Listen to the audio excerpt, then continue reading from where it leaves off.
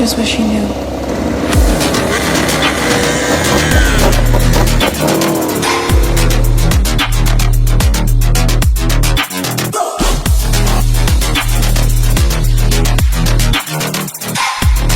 Assalamualaikum warahmatullahi wabarakatuh, Kang Bro. Ketemu lagi dengan IWP Kang Mas. Seperti janji IWP kemarin ya, setelah kita membahas mengenai clash antara Marc Marquez dan juga Pecco Bagnaia. Dari sisi kita menganalisa dan juga data-data kita bedah kemarin. Pada video ini, IWP akan memberikan konfirmasi dari masing-masing pembalap. Kontroversi tentang clash antara Marquez Pecco ini masih terjadi. Banyak sekali pro kontra, ada yang pro, ada yang kontra. Namun mayoritas memang kontra. Artinya apa? Mayoritas mengatakan bahwa untuk insiden kemarin bisa dihindari jika saja Pecco Bagnaia lebih bijak dan juga bisa mengontrol dia punya ambisi ataupun ya kita katakan ada sedikit gengsi dan pride kemarin ya. Pecco jadi nggak bisa mikir, Cak. Itu analisa kita kemarin dan tentu saja, Cak, kita cukup penasaran apa yang dikatakan masing-masing pembalap. Termasuk juga pernyataan yang sangat menarik di mana Lorenzo ternyata buka suara atas insiden clash yang terjadi antara Marquez dan juga Pecco Bagnaia. Jadi ini akan menjadi sebuah video yang hot pula. Isu ini mendekati kebenaran, Cak, karena dikatakan bahwa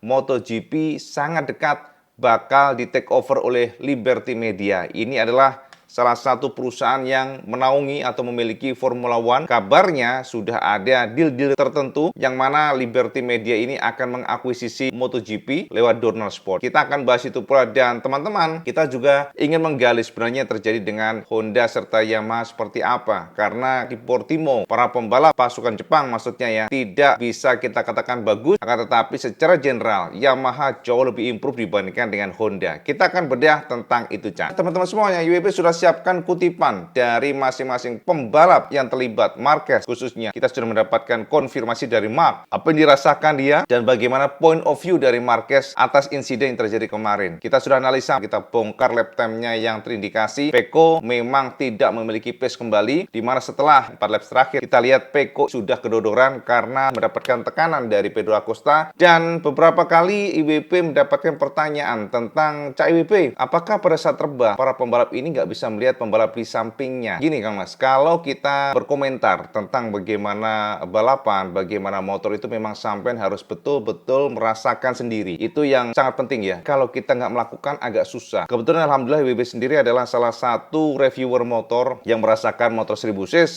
kemudian 600 cc hingga motor kecil di sirkuit. Jadi kita sedikit tidaknya tahu lah seperti apa sih pada saat kita nyetir motor, pada saat kita ngeber motor. Dan begini, Cak, tidak selalu mata kita harus melihat motor sebelah kita, terus kita nggak tahu dengan posisinya, nggak seperti itu pula, karena ada feeling di sana. Jadi kalau kita rebah ekstrim sekalipun, IWB pasti paham di mana posisi lawan kita. Kadang-kadang kita ada track day di sirkuit besar, Sentul pernah, Mandalika pernah, dan kita tidak perlu langsung melihat lawan kita, itu nggak perlu. Jadi kita hanya dengan melihat sekilas aja, kita tahu di mana posisinya. Dengan rebah pun kita pasti tahu. Jadi kalau dari kacamata pribadi ada beberapa pertanyaan yang mengarah kepada apakah betul Pecco itu tidak tahu posisi Marquez ini. Kalau dari kacamata pribadi IWP tidak masuk akal, Cak. Itu ya, IWP harus katakan itu karena kalau kita sedang ngetes motor superbike sekalipun pada saat kita rebah atau cornering, kita tahu, Cak, posisi dari teman kita tahu di mana posisinya. Gak usah kita harus melototin motornya. Itu yang menjadi penekanan IWP. Artinya ya, kalau ada pertanyaan sampean seperti itu, IWP agak sulit mencerna ya, karena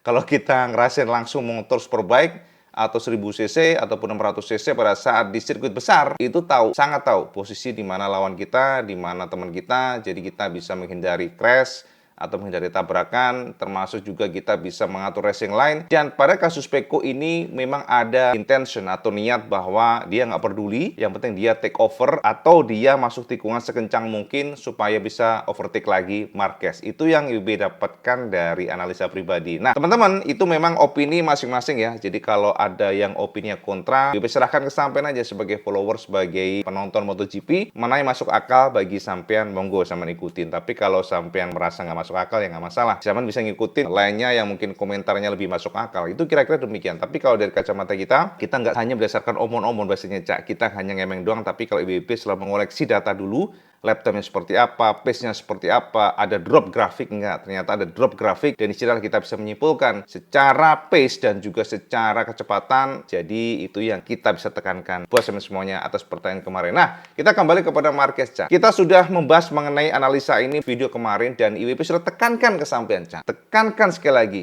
bahwa Marquez ini memiliki pace karena dia memang menyimpan kartunya. Itu yang IWB dapatkan dari analisa data dan juga beberapa informasi yang kita sudah olah, Cak.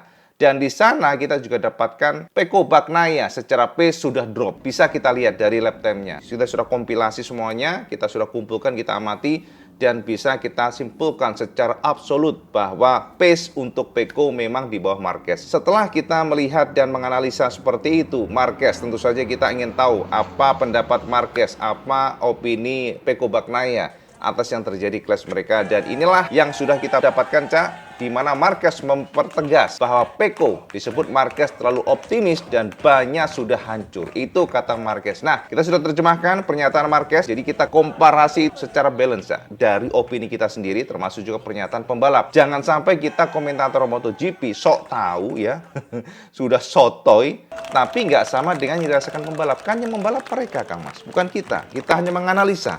Kita nggak bisa merasakan langsung. Jadi pembalap sendiri yang bisa mempertegas feelingnya seperti apa, merasakan feeling seperti apa. Dan inilah pernyataan Marc Marquez yang bisa menjadi kesimpulan kita. Memang kemarin Marquez merasakan Pecco Bagnaia secara pace sudah di bawahnya. Berikut kata Marquez yang kita terjemahkan dari MotoGP. Hanya benturan di bahu, tidak ada yang penting. Tentu saja tidak mungkin kedua pembalap sepakat setelah 1 jam kejadian. Tersenyum, kata Marquez ya. Tetapi ketika kami pergi ke race direction, aku sudah katakan kepada Wim Stewart, ini adalah insiden balapan atau racing accident. Kami semua on limit. Di sanalah Stewart harus memutuskan mana yang disebut on limit. Namun menurutku, ini adalah kesalahan Pecco. Bukan karena crashnya, tapi cara dia mencoba untuk kembali menyalip yang menurutku terlalu optimis. Tetapi ya, itulah balapan di mana kontak bisa saja terjadi. Tapi itu salah, karena saat itu kami hanya memperebutkan posisi 5 dan 6. Hanya beda 2 poin dengan kondisi bannya yang sudah hancur, terutama ban belakang. Dia sangat menderita pada bannya, Pecco, Cak, maksudnya ya. Pada akhirnya, dia akan tetap disalip sebab masih tersisa 3 lap. Jadi seharusnya dia tahu di mana posisinya dan tidak perlu masuk mode agresif. Tapi itu keputusannya dan konsekuensinya. Ada 2 Ducati yang 0 poin untuk kami berdua. Di lap pertama balapan, kalian harus agresif. Di lap-lap terakhir, jika kalian sedang berjuang untuk meraih kemenangan, mungkin kalian bisa tampil agresif. Tapi hari ini menurutku bukan saat yang tepat untuk menjadi seperti ini. Tetapi oke, dia memutuskan untuk mencoba dan yang pasti dia belajar. Dia, Pecco, mengatakan mencoba untuk kembali menyalip, tetapi dia tidak menduga terjadi benturan tersebut. Pada akhirnya, aku terima semuanya. Untungnya aku tidak terluka, dia tidak cedera, dan ini adalah berita baik. Hal baiknya adalah mereka, Ducati, memiliki data telemetri dan mereka dapat melihat dengan tepat apa yang terjadi. Itu kata Marquez, Cak. Jadi ditekankan oleh Marc bahwa memang dari kacamata Marquez sendiri terlalu optimis ya. Jadi pergerakan dari Pecco ini terlalu optimis, dan katanya Marquez ya dia harus belajar lagi, Cak, untuk memutuskan seperti apa manuvernya biar tidak terjadi lagi hal-hal seperti itu di kemudian hari. Itu kata Marquez. Kang Mas, itu kan point of view-nya Marquez, betul nggak? Itu yang dikatakan Marquez dan itu yang dirasakan Marquez. Pertanyaannya, apakah Pecco setuju dengan perkataan Marquez? Apakah Pecco juga merasa seperti itu?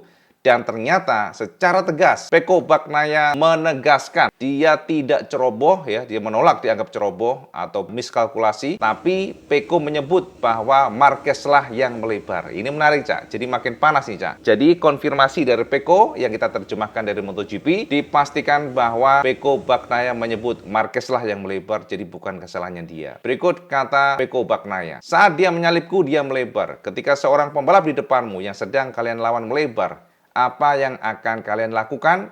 Menyalipnya lagi untuk mengambil lebih banyak poin kan? Jadi dari sisiku itu tidak berisiko. Aku ulangi, saat Mark tiba, dia mencoba menyalip kemudian melebar. Aku mencoba melewati batas, dia juga sudah melewati batasnya. Dan kami bertabrakan. Itu adalah sesuatu yang jelas membuatku marah, tapi itu normal. Itu adalah racing accident. Kami harus terus maju. Itu membuatku marah karena aku finish dengan 0 poin. Tahun lalu di balapan kedua, aku melakukan yang sama. Finish dengan 0 poin karena kesalahanku. Tahun ini karena insiden balapan. Tapi kami tahu dengan 38 balapan lagi, kejuaraan ini masih sangat panjang. Aku berharap ke depan lebih konsisten, tidak mendapatkan 0 poin di hari Minggu. Sangat disayangkan karena aku memulai balapan dengan rasa percaya diri, feelingku terhadap motor baik. Aku merasa lebih baik dengan traksinya. Aku berpikir untuk menyerang dan memiliki kontrol terhadap banku, tetapi begitu aku mulai, aku berada dalam masalah. Pembalap di depanku terlalu kencang, lalu aku mencoba mengatur ban. Tapi itu sulit karena Pedro Acosta tiba dengan kencang. Dia memiliki kecepatan yang cepat, sangat kencang, dan banyak sliding. Aku kesulitan di belakang pembalap depan dengan cengkraman yang sama. Mereka sangat cepat di tikungan 5. Aku menguasai bagian lainnya. Namun di tikungan 4, mereka unggul 2/10 detik di setiap akselerasi. Dan di tikungan 5, aku kehilangan 2/10 detik setiap putaran. Sulit untuk memahaminya. Aku mencoba mengikuti racing line pembalap depan, namun aku selalu melebar. Kita harus memahaminya.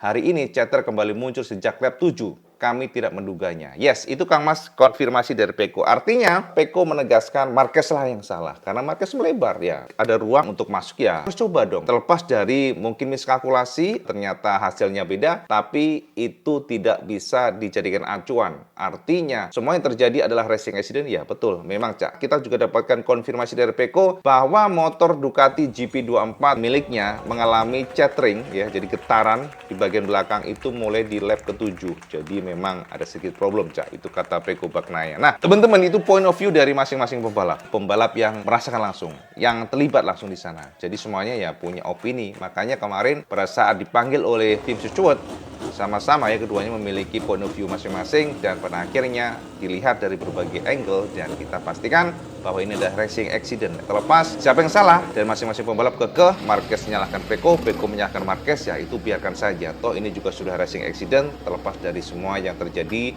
membuat mereka jadi 0 point. Nah, yang menarik adalah ternyata ada sebuah pernyataan dari Lorenzo. Dari kacamata seorang mantan pembalap, kita lihat legendaris lah. Ternyata dari kacamata Lorenzo, seharusnya case yang terjadi, crash kemarin, di garis bawah adalah Pecco Bagnaia karena Pecco berada di belakang. Pecco yang bisa mengontrol situasi, Pecco yang bisa melihat, sementara Marquez tidak bisa. Makanya dari kacamata Lorenzo, seharusnya Pecco yang bisa sedikit controlling. Itu kata Lorenzo. Berikut kata Lorenzo yang kita terjemahkan dari MotoGP. Mark adalah pembalap yang agresif, tapi pada momen khusus ini, pada saat crash maksudnya, Cak ya, menurutku dia tidak bersalah karena orang menyalip pembalap di depan tidak memiliki pandangan 360 derajat yang lengkap tentang apa yang terjadi. Sebaliknya, yang berada di belakang, dalam hal ini Bagnaia, bisa melihat niat Marquez yang ingin kembali ke racing line.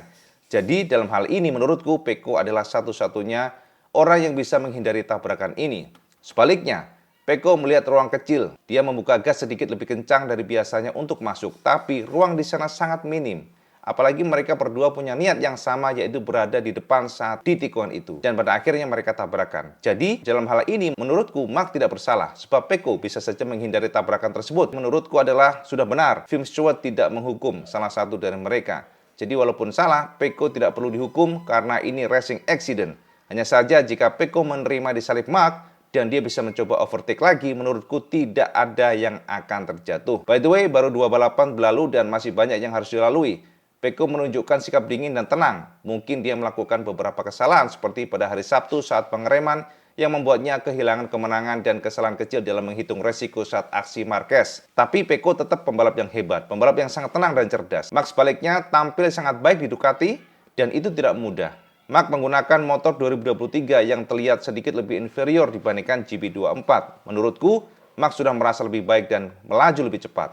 Oleh karena itu, Pecco dan Mark akan menjadi favorit juara dunia. Itu kata Lorenzo, Cak. Ya, mayoritas sih memang menyalahkan Pecco sih, Cak. Kalau kita ngelihat dari kelas kemarin, IWB serahkan kesamaan semuanya untuk menyimpulkan siapa yang salah. Tapi yang jelas, ini akan menjadi warning buat Ducati, dan Ducati sudah mempertegas hal ini. Bahkan informasi yang kita dapatkan, Ducati berharap Pecco dan Marquez menyudahi tensi ini, dan mereka berharap mereka akan bersalaman, damai, sebab ini akan merugikan posisi Ducati jika rivalitas ini akan terus terjadi, dan pada ujung-ujungnya akan ada nanti dikorbankan. Sekarang kita akan lihat dari Alex Rins. Ternyata kita dapatkan konfirmasi dari Rins dan juga Fabio Quartararo bahwa secara umum mereka sudah mulai happy dengan Yamaha, walaupun rumornya Fabio bakal meninggalkan Yamaha, tapi bisa saja dengan improvement yang dilakukan. Dan kita juga akan lihat bagaimana Texas secara belak-belakan Fabio dan juga Rins pun akhirnya memberikan gambaran apa yang dirasakan oleh mereka nunggang Yamaha M1 pada saat di Portimao kemarin. Dan ternyata, Cak, bisa dikonfirmasi bahwa Fabio Quartararo merasakan ada hal-hal kecil yang bisa diimprove. Ke depan akan ada gebrakan-gebrakan improvement step by step yang akan membuat mereka makin semangat. Berikut kata Fabio yang kita terjemahkan dari MotoGP setelah Fabio tampil cukup cemerlang di atas M1 kemarin di Portimao. Setelah balapan sprint, aku berharap finish sedikit lebih dekat dengan pembalap terdepan hari ini. Namun dari segi posisi tentu aku mengharapkan hal itu. Kami memiliki beberapa data bagus untuk dianalisis dan semoga kami dapat mengambil beberapa langkah ke depan. Kami memiliki banyak hal kecil yang harus ditingkatkan, tentunya selangkah demi selangkah. Kami kini telah berada di jalur yang benar, namun kami harus bersabar. Yes, itu kata Fabio, dan Alex Rins juga menyambung pernyataan dari Fabio. Berikut kata Rins. Ini poin pertamaku bersama Yamaha, tetapi mungkin itu belum cukup bagi kami. Namun balapan kedua telah selesai dan aku rasa ini adalah balapan yang sulit. Dua balapan ini, Qatar dan Portimao, tidak berjalan sesuai dengan harapanku. Ya, kami perlu bekerja lebih keras untuk selanjutnya. Setelah balapan ini, aku menyadari bahwa aku perlu melakukan sesuatu yang berbeda pada motor. Karena di balapan hari ini, aku mengalami masalah serupa seperti yang aku alami di Qatar, di mana aku banyak kesulitan di bagian cekraman ban depan. Mungkin kami perlu fokus kepada setup dibandingkan pada komponen baru, tetapi ini baru balapan kedua. Aku harus terbiasa dengan motor Yamaha, dan aku perlu lebih banyak memahaminya. Yes, itu, Cak, kata Alex Rins. Jadi memang, Cak, Rins dan juga Fabio ini memiliki riding style yang berbeda ternyata. Jadi kita lihat dan kita dapatkan konfirmasi dari Rins di mana dia belum ada feeling positif pada front end untuk M1. Itu kata Alex Rins. Jadi teman-teman, kalau kita melihat memang riding style antara Rins dan juga Fabio ini ada sedikit perbedaan. Dan kata Fabio pula, ada karakteristik unik yang dipilih oleh Rins, di mana untuk M1, Rins ini memiliki settingan elektronik yang berbeda dibandingkan dengan Fabio sendiri. Makanya kita lihat seperti apa usaha dari Yamaha, apalagi kemarin, Cak, sempat akan ada tes lagi dari Yamaha, tapi ternyata terkendala cuaca, sehingga komponen baru pun tidak bisa dibawa oleh mereka pada saat pengetesan kemarin, dan akan dibawa pada saat di Texas. Jadi pada saat di race nantinya di Amerika, baru nanti akan dibawa komponen-komponen baru dari Yamaha. Itu yang kita dapatkan paling update buat sahabat semuanya tentang Yamaha. Nah, jadi teman-teman kemarin kan banyak yang nanya nih, Cak IWB ada apa dengan Viñales? Jadi ternyata kita sudah berikan konfirmasi kesampaian ya, pernyataan kesampaian semuanya tentang adanya problem dengan gearbox dari RSGP. Jadi Aprilia mengalami masalah dengan gearboxnya, Cak, nyantol, Cak. Artinya pada saat gigi 5 akan masuk ke 6 itu selalu nyantol, nggak bisa masuk, dan akhirnya crash. Itu yang kita dapatkan kemarin. Nah, tentu saja nggak afdol jika kita nggak mendengarkan apa yang dirasakan oleh Maverick ya. Jadi kita sudah terjemahkan konfirmasi Maverick yang terjadi kemarin, dan berikut kata Maverick Viñales. Aku mencoba untuk memasukkan gear 6 tetapi nyantol seperti tidak masuk. Jadi motor seperti netral. Aku mengulurkan kaki agar Bastianini mengerti bahwa aku mempunyai masalah. Saat itu aku terus mencoba untuk memasukkan gear 6 tetapi tidak berhasil. Saat masuk tikungan 1 aku memasukkan gear 2, namun disitulah aku mengalami high side. Aku tidak ingin kecewa, tapi aku berharap tim meningkatkan durability motornya yang sudah luar biasa. Aku sangat mendorong seluruh teknisi Aprilia untuk meningkatkan kemampuan di bidang itu. Aku pikir ini penting jika kalian ingin bertarung pada setiap akhir pekan, terutama untuk meraih kemenangan. Sebab dari lap 6, perpindahan dari gigi 5 ke 6 kadang tidak masuk. Jadi aku terlalu lama menekan RPM dan kehilangan banyak top speed yang membuatku mengorbankan 1/10 detik. Namun terlepas dari itu, aku mampu mempertahankan lap time di angka 38 detik dan itu luar biasa. By the way, sepanjang balapan aku pikir aku bisa memperjuangkan kemenangan. Masalahnya adalah gearbox menjadi semakin buruk di setiap lapnya. Aku hanya berdoa agar gearbox bisa masuk saat balapan karena aku harus menekan sebanyak 5 kali dan kemudian gear baru masuk. Jadi setiap kali aku kehilangan 0,2 detik di lintasan lurus, aku berhasil pulihkan selisihnya lagi. Bahkan dengan semua masalah ini, aku tetap berada di 38,8 detik. Sulit dipercaya karena bisa saja berada di 38,6 detik. Di atas masalah yang kami alami, aku sukses menyelesaikan akhir balapan ini dengan kemenangan sprint yang benar-benar memotivasi.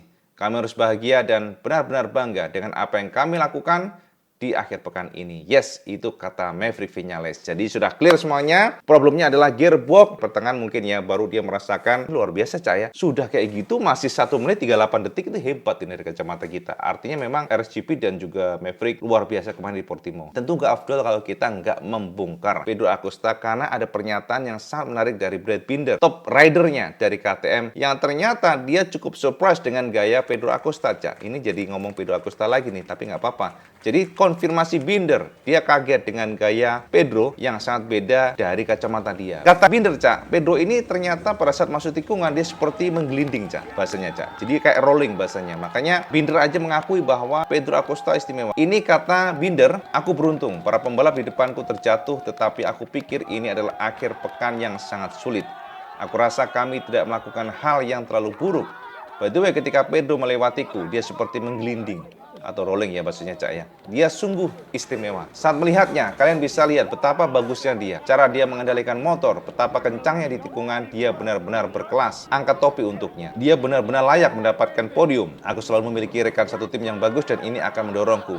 Aku rasa bersama-sama kita dapat terus mendorong dan mencoba memajukan proyek ini. Itu kata Binder. Yes, Kang Mas. Jadi beberapa informasi yang mungkin update buat teman semuanya sudah besar kesampaian. Sebagai last information buat teman semuanya, teman-teman pasti tahu sebelumnya rumor MotoGP atau Dorna Sport akan diakuisisi sahamnya oleh pemilik dari Formula One. Teman pasti dengar itu. WP sudah pantau dari beberapa minggu kemarin dan pada akhirnya di video ini WP ingin tekankan bahwa sepertinya deal atau kesepakatan ini semakin dekat. Sebab beberapa rumor mengatakan Dorna Sport sudah akan melepas saham mereka ke Liberty Media, pemilik dari Formula One, sejumlah 4 miliar euro. Jadi kalau kita rupiahkan mungkin sekitar ya 68 triliun lah kira-kira Cak ya. Itu Cak ya, konfirmasi kesamaan semuanya tentang informasi MotoGP dan kita pantau seperti apa di Texas. Dan tentu saja Cak, kita akan pantau terus seperti apa Texas karena IWB juga akan menyodorkan tentu saja data-data yang paling sahih pergerakan dari para pembalap nantinya di Texas. Dan kita prediksi ya, Marquez bakal lebih oke lagi di Texas jika nggak ada kendala secara normal karena ini adalah sebuah sirkuit yang disukai oleh Marquez.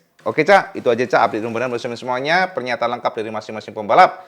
Dan seperti biasa, semen komen di bawah kira-kira sama setuju yang mana? Apakah Pecco atau Marc Marquez? Semen komen di bawah dan diskusikan secara damai ya, jangan sampai emosi karena ini adalah bulan puasa. Itu aja Cak update benaran buat semen semuanya. Dan seperti biasa kalau semen suka video ini, semen like, share, dan subscribe. Ojo lali Cak, sampai sholat 5 waktu karena itu yang paling penting. Assalamualaikum warahmatullahi wabarakatuh. Selamat segendes.